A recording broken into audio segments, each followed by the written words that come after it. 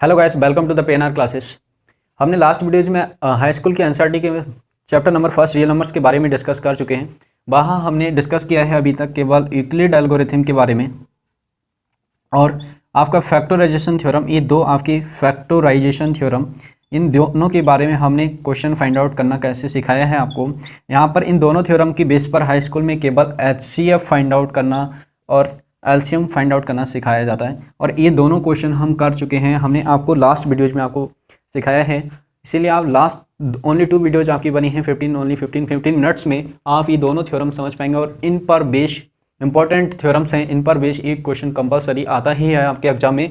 So I hope आपको इन theorem को समझना बहुत आवश्यक है। आज हम इन थ्योरम के बारे में बात नहीं करेंगे, लेकिन इन पर बेस कुछ क्वेश्चन कर रहे हैं, बात कर रहे हैं कि एक नए पॉइंट की समझने की बात आ रही है कि यदि आप समझिए, स्टार्ट कर रहे हैं वीडियो को और इसमें कह रहे हैं कि यदि एक नंबर है A और दूसरा नंबर है B, अब आपसे कहा जा रहा है कि HCF of A and B, दोनों का HCF और दोनों की LCM की यदि प्रोडक्ट कर ली जाए तो ये दोनों नंबर के प्रोडक्ट के बराबर होना चाहिए। इस रिजल्ट ध्यान से सुनिएगा। कह रहा है कि यदि आपके पास सपोज कीजिए 2 नंबर्स हैं, एक नंबर है A मान लिया, दूसरा नंबर B मान लिया, यदि इनका HCF फाइंड आउट किया जाए और LCM फाइंड आउट किया जाए, उन HCF और LCM का जितना प्रोडक्ट होगा उतना ही प्रोडक्ट आपका A क्रॉस B यानी कि A और B का होगा। अब समझते हैं, एग्जाम्पल की हेल्प से वेरीफाई करके दिखाते हैं आपको। एग्जाम्पल नंबर फर्स्ट आपसे ले लेते हैं, जैसे कि आपके पास नंबर है 64 एंड 18। अब इन दोनों नंबर का HCF और LCM फाइंड आउट करना सिखाते हैं। देखो, HCF और LCM दोनों हम फैक्टराइजेशन थ्योरम की हेल्प से निकाल रहे हैं। तो 64 के आपसे क्या कर रहे हैं, प्राइम फैक्टर्स बनाएंगे और 18 के भी प्राइम्स फैक्टर बनाएंगे। तो इस तरीके से आप टेबल बना लेंगे, एक लाइन आप वर्टिकली ड्रा करेंगे और दूसरी लाइन हॉरिजेंटली ड्रा करेंगे। आफ्टर देन जो नंबर है आपका 64 यहाँ राइट कर लेंगे और 18 को यहाँ पर राइट कर लेंगे। फर्स्ट ऑफ ऑल होल्ड करते हैं हम टेबल नंबर फर्स्ट, जिसमें 64 हमने राइट कर रखा है। देखिएगा 2 3 जा कितना होता है 6 होता है और 2 2 जा कितना होता है 4 होता है। अब 2 1 जा 2 और जब आपका जो 1 बचता है वो यहाँ पर लिखते नहीं है, सपोज कर लेते, तो कितना हो गया, 12 हो गया और 12 हो गया तो 2 6 जा कितना होता है 12। और यहाँ पर लिखेंगे नहीं, बट अपने माइंड में सपोज करेंगे कि वो इसके सामने लिखा हुआ है और इस तरीके से बिहेव करेंगे कि ये नंबर क्या है, 12 हो चुका है।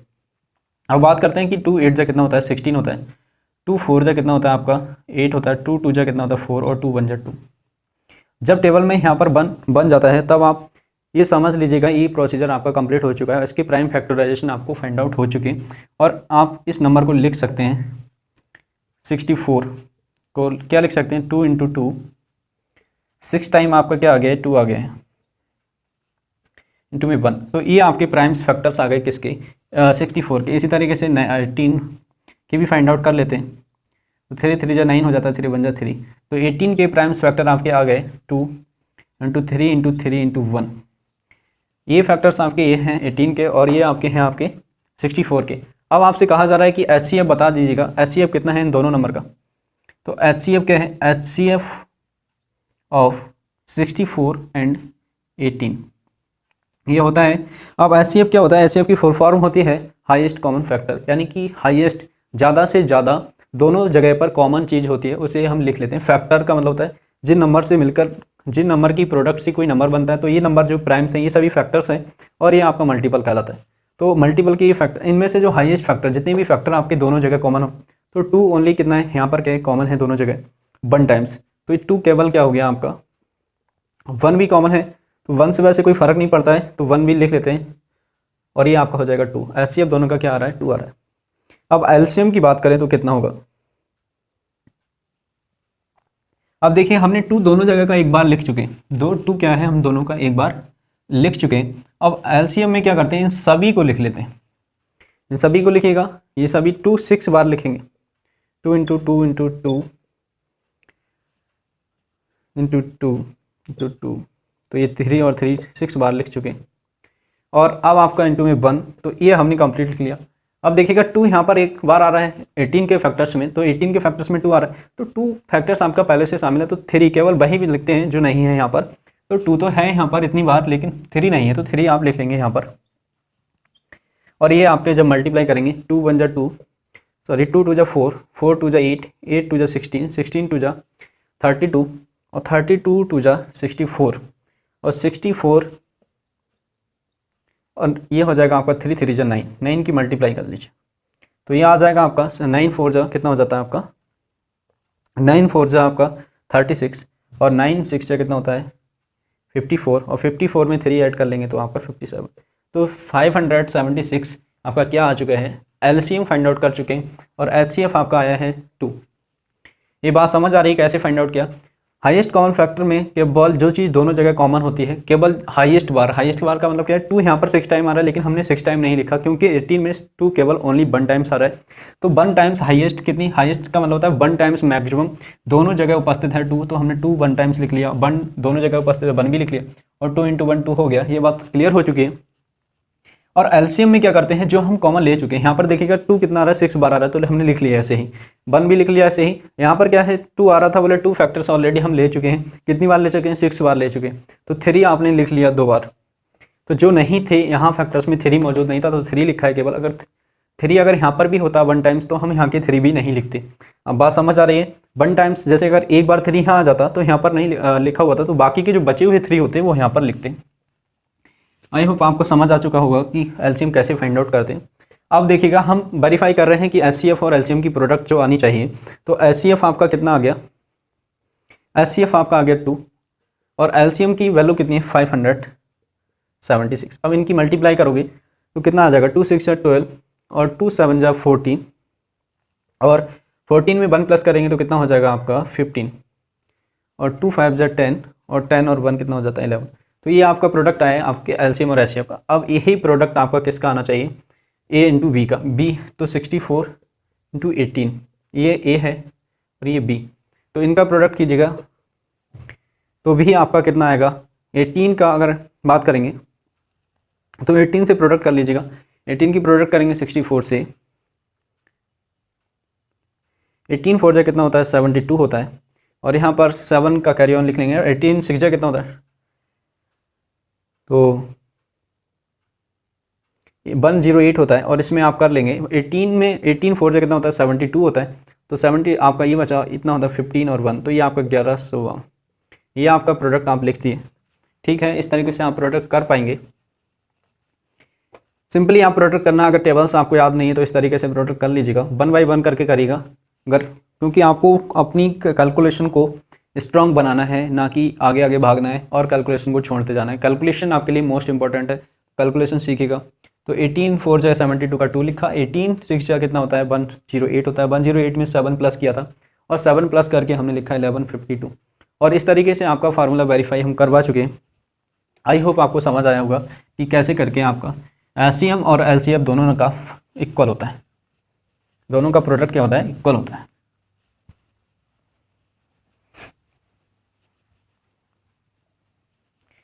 अब एक नए पॉइंट पर चलते हैं कि बात कर रहे हैं कि if P be a primes, ये एक थ्योरम है आपके एंड पी डिवाइड से स्क्वायर। यदि पी एक कोई प्राइम नंबर है और पी डिवाइड करता है ए स्क्वायर को, ध्यान से समझिएगा कि if P be a primes and P divides A square, P A square को डिवाइड करता है then P also divides A। अब यह स्टेटमेंट आपने समझ लिया तो समझ लीजिएगा आप हाई स्कूल का मैक्सिमम 5-6 नंबर का क्वेश्चन एक कर पाएंगे, एक लॉन्ग क्वेश्चन कर पाएंगे, 5 में आए 6 में आए वो आप जानिएगा। तो ध्यान से सुनिएगा कि एक लॉन्ग क्वेश्चन आप होल्ड कर पाएंगे अगर इस पॉइंट को आप समझ लेते हैं तब।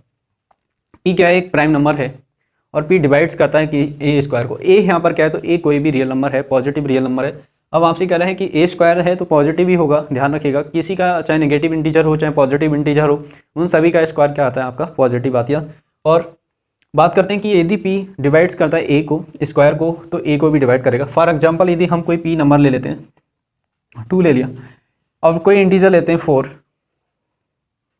4 क्या है 2 का स्क्वायर है, यानी कि 4 2 के स्क्वायर को डिवाइड करता है, 2 के स्क्वायर को क्या करता है डिवाइड करता है, क्योंकि 4 को डिवाइड करता है 2 का स्क्वायर 4 और 2 2 जा कितना होता है 4, यानी कि 2 आ रहा है। तब यदि p क्या था प्राइम था, जब इसने 2 स्क्वायर यानी कि 4 को डिवाइड किया तब ये 2, ये वाला 2 को भी डिवाइड करता है, 2 1 2।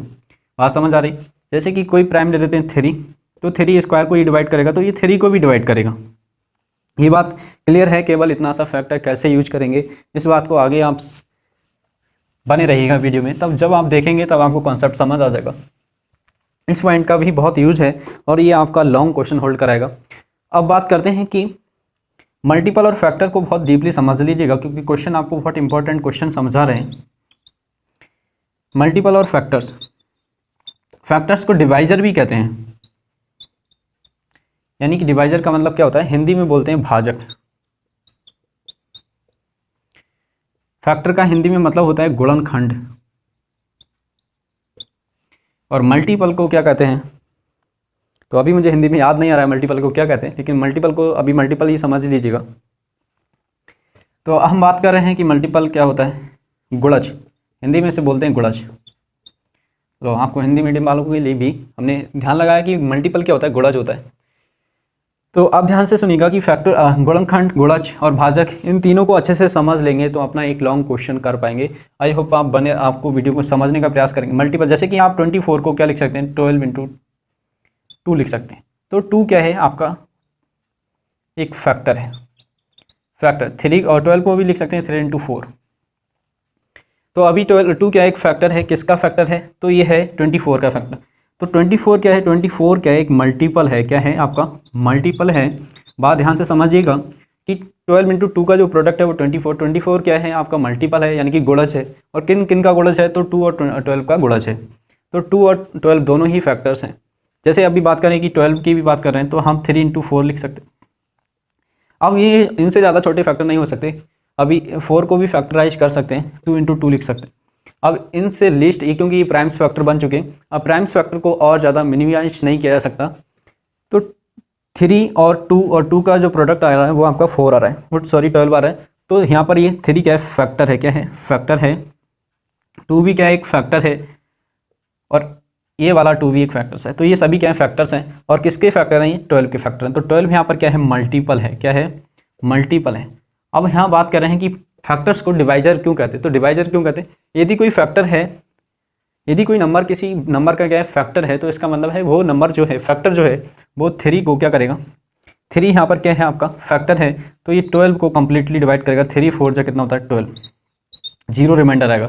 डिवाइजर होने का मतलब है कि फैक्टर होने का मतलब है यदि 3 12 का फैक्टर है तो 3 डिवाइड करेगा किसको, 12 को। इसी प्रकार 2 24 का फैक्टर है, 2 क्या है, 24 का फैक्टर है, तो इसका मतलब है कि 2 is a divisor of the 24, यानी कि 2 क्या करेगा, डिवाइड करेगा 24 को। ये बात अपने माइंड में सेव कर लेना, एक तरीके से समझ लेना। अब आप अपने एक लॉन्ग क्वेश्चन की तरफ बढ़ रहे हैं धीरे धीरे।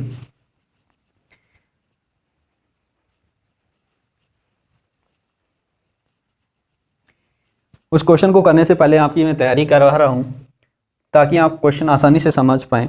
अब बात कर रहे हैं कि कुछ और पॉइंट्स भी जान लेते हैं। को प्राइम नंबर्स क्या होते हैं,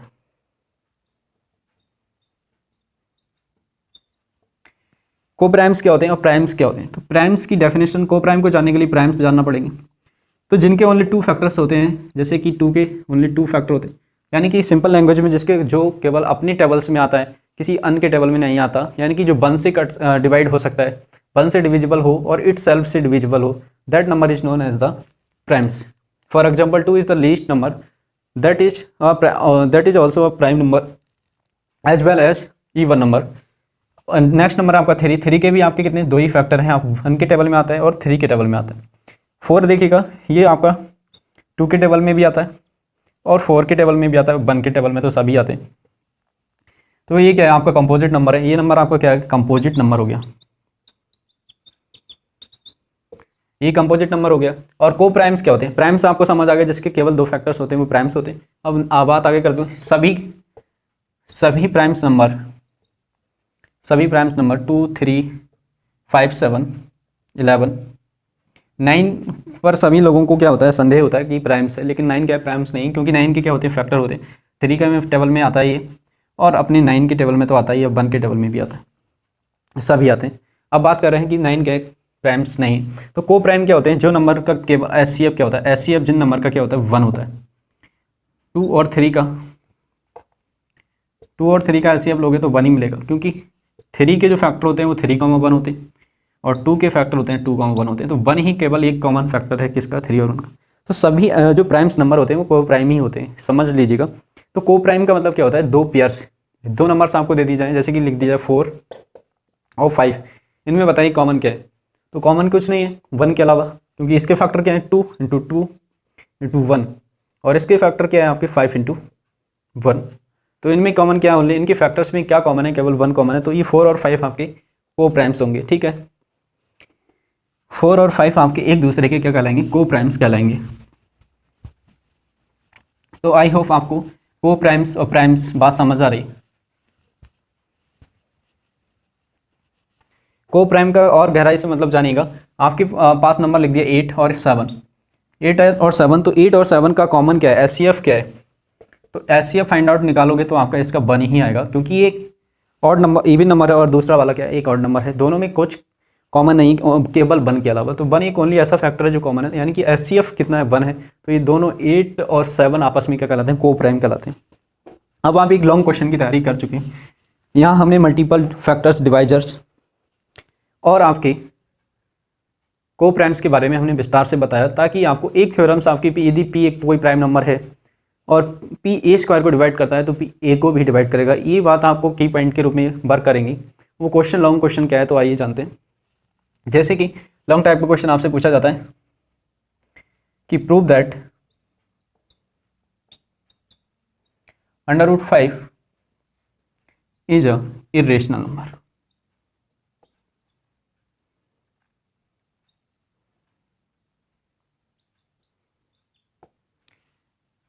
हमें यहाँ प्रूव करना है कि √5 क्या है, एक इरेशनल नंबर है। तो √5 एक इरेशनल नंबर कैसे प्रूव करना है, हिंदी वाले कहते हैं कि सिद्ध कीजिए कि √5 एक क्या है, √5 क्या है, एक इरेशनल का मतलब अपरिमेय संख्या है, अपरिमेय संख्या है। अपरिमेय संख्या, आप एक बार एक पॉइंट और देख लेगा कि रेशनल नंबर क्या होते हैं और इरेशनल क्या होते हैं। यहाँ पर पी बाई क्यू के रूप में जो नंबर को लिखा जा सकता है, और Q is not equal to 0। आपका रेशनल कब कहलाता है, जब पी और Q, P and Q are both integer, ये दोनों ही क्या हों, इंटीजर हों, तब ये आपके कहलाते हैं रेशनल नंबर। इरेशनल क्या होता है, इरेशनल वह नंबर होता है जो पी बाई क्यू की फॉर्म में भी लिखा जा सकता है, बट पी और Q, P and Q are not integer. ये दोनों ही इंटीजर नहीं होंगे, दोनों ही इंटीजर नहीं होंगे। दोनों हो का मतलब एटलीस्ट कोई बन एक, जैसे फॉर एग्जांपल ऐसे लिख दिया जाए √3/2, तो 2 तो एक इंटीजर है, बट √3 क्या है, एक इंटीजर नहीं है। √3 क्या है, इरेशनल नंबर है, जो कि डेसिमल नंबर्स के रूप में लिखा जाएगा, वो भी आपका क्या होगा, इरेशनल होगा। जब ये एक डेसिमल नंबर की कन्वर्ट रूप में इंटीजर नहीं है, आप समझ लीजिएगा √3 इंटीजर नहीं है, इस कारण ये आपका क्या कहलाता है, इरेशनल नंबर होता है। कभी कभी प्राइम्स इरेशनल नंबर की कहीं कहीं लिखी होती है कि इसे पी बाई क्यू के रूप में नहीं लिखा जा सकता, बट वहाँ लिखा होता है P by Q R integers. Difference समझ लीजिएगा। तो यहाँ पर हमने थ्योरम आपकी दोनों लैंग्वेज, दो रेशनल और इरेशनल दोनों पॉइंट आपको समझिए, फैक्टराइजेशन समझ लिया। अब बात करते हैं क्वेश्चन की, देर न करते हुए। तो हम कंट्ररी, तो ये क्वेश्चन क्या कहता है कि कंट्ररी स्टेटमेंट, यानी कि विरोधाभास कथन, हिंदी वाले कहते हैं कि विरोधाभास कथन देते हुए, विरोधाभास कथन कहते हुए आपको प्रूव करना है कि √5 एक क्या है, अपरिमेय संख्या है। तो अब बात कर रहे हैं कि हम let us suppose that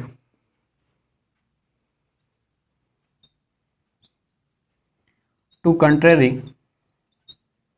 that √5 is a rational number.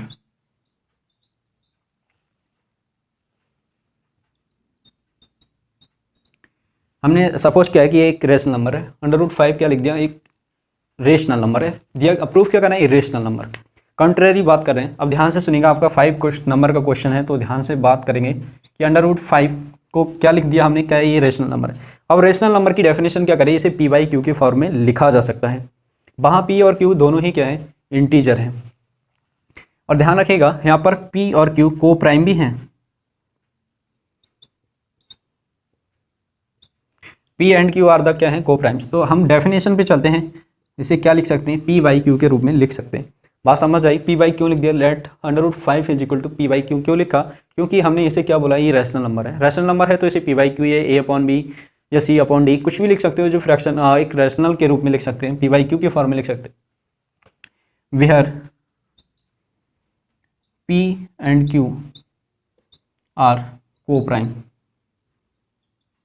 ये को प्राइम्स है, यानी कि इनका मतलब क्या है, that is HCF of P and Q is equal to 1, यानी कि इनका कोई भी कॉमन फैक्टर नहीं है 1 के अलावा। ये बात आप समझ लीजिएगा। अब हमने क्या किया, √5 इंटू क्यू इंटू फी, इसके डेनोमीटर में 1 लिखकर क्रॉस मल्टीप्लाई कर ली, √5 की मल्टीप्लाई की क्यू के साथ और 1 की मल्टीप्लाई कर ली पी के साथ, तो ये हो गया √5 into Q is equal to P. Square कीजिएगा, squaring on both sides. Hindi medium वाले बच्चे लिखते हैं कि दोनों पक्षों में वर्क करने पर, तो लिख सकते हैं आप। तो हमने किया, तो इस पे जब स्क्वायर करेंगे दोनों साइड पे तो क्या हो जाएगा, ये √5 पे से √ का साइन स्क्वायर के कारण कैंसिल हो जाएगा और ये हो जाएगा आपका क्यू स्क्वायर और इज इक्वल टू क्या हो जाएगा, पी स्क्वायर। √5 पर से स्क्वायर लगने के कारण रूट कैसे हट जाता है, क्योंकि √5 का √ के साइन का मतलब होता है पावर का हाफ होना, और जब आप ये पावर्स मल्टीप्लाई होती है 1/2 और इंटू 2 की, तो 2 से 2 कैंसिल हो जाता है और पावर कितनी बन जाती है 1। इस तरीके से आप कैंसिल कर सकते हैं। ये बात समझ आ रही? ये क्वेश्चन एक एक स्टेप आपको बात बताई जा रही है, आप ध्यान से समझिएगा। फिर नेक्स्ट बात करते हैं कि अब यहाँ आप ऑब्जर्व करें, जब हम किसी नंबर को लिख रहे थे 20, जैसे कि 12 लिखा और 12 को लिखा था 3 × 4, 2 × 2 × 1 ये लिखा था, तो आप समझिएगा कि 3, 2, 2, 1 ये क्या है, 4 के क्या 12 के क्या थे फैक्टर्स थे, तो इनका मतलब क्या है, 2 डिवाइड कर सकता है 12 को। ये अभी जस्ट पहले आपको समझाया। अब यहाँ पर इस बात का यूज करेंगे, since 5 is a factor of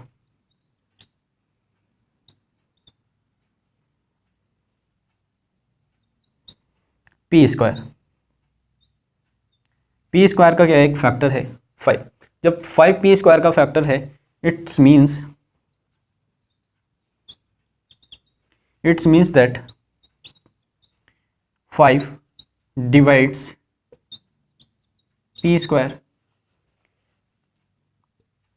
So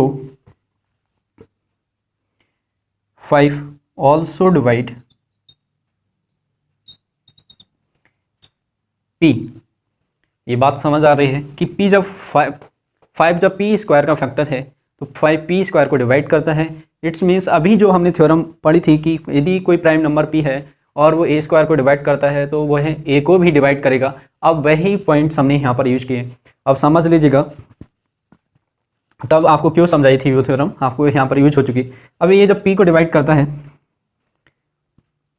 तो इसका मतलब क्या है, जब कोई यहाँ से 3, 2 और 2 को लिख, जब नंबर है, जैसे हम बात करें कि 6 को 3 × 2 लिख सकते हैं, तो यानी कि 3 और 2 क्या फैक्टर है 6 के, तो इसको लिख सकते हैं ऐसे करके, तो लिख सकते हैं। तो 3 का मल्टीपल यानी 3 आना ही आना है, जब फैक्टर है तो 3 का फैक्टर, जैसे हम 5 क्या है p का फैक्टर है, तो इसे लिख सकते हैं, p को क्या लिख सकते हैं 5 × कोई भी नंबर ले लेते हैं a।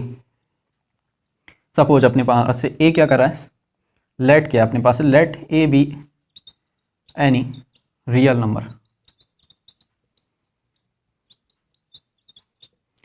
तो कोई रियल नंबर ले लिया तो p को क्या लिख दिया 5 × a लिख दिया।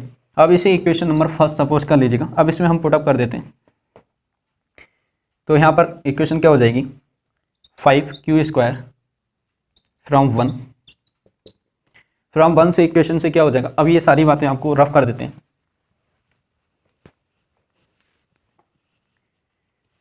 यहाँ पर आपका 5q² यही लिखा है, अब p को की जगह क्या लिख देते हैं 5 × a का स्क्वायर, और जो हो जाएगा आपका 5 × q², और 5 का स्क्वायर कितना हो जाएगा 25, और a का स्क्वायर हो जाएगा 5 का स्क्वायर, 5 5 जा 25 हो जाएगा, और आपका q² बराबर क्या हो गया 5 × a²। अब यहाँ पर आप देखिएगा कि बात क्या समझ आ रही है। यहाँ पर रुक जाएंगे और यहाँ ऑब्जर्व कीजिएगा, इक्वेशन 2 सपोज कर लेते हैं। अभी हमने जब यहाँ देखा 5 × q² = p², तो 5 क्या था फैक्टर था p का स्क्वायर का, और 5 डिवाइड कर रहा है p² को। यही बातें सुन लो।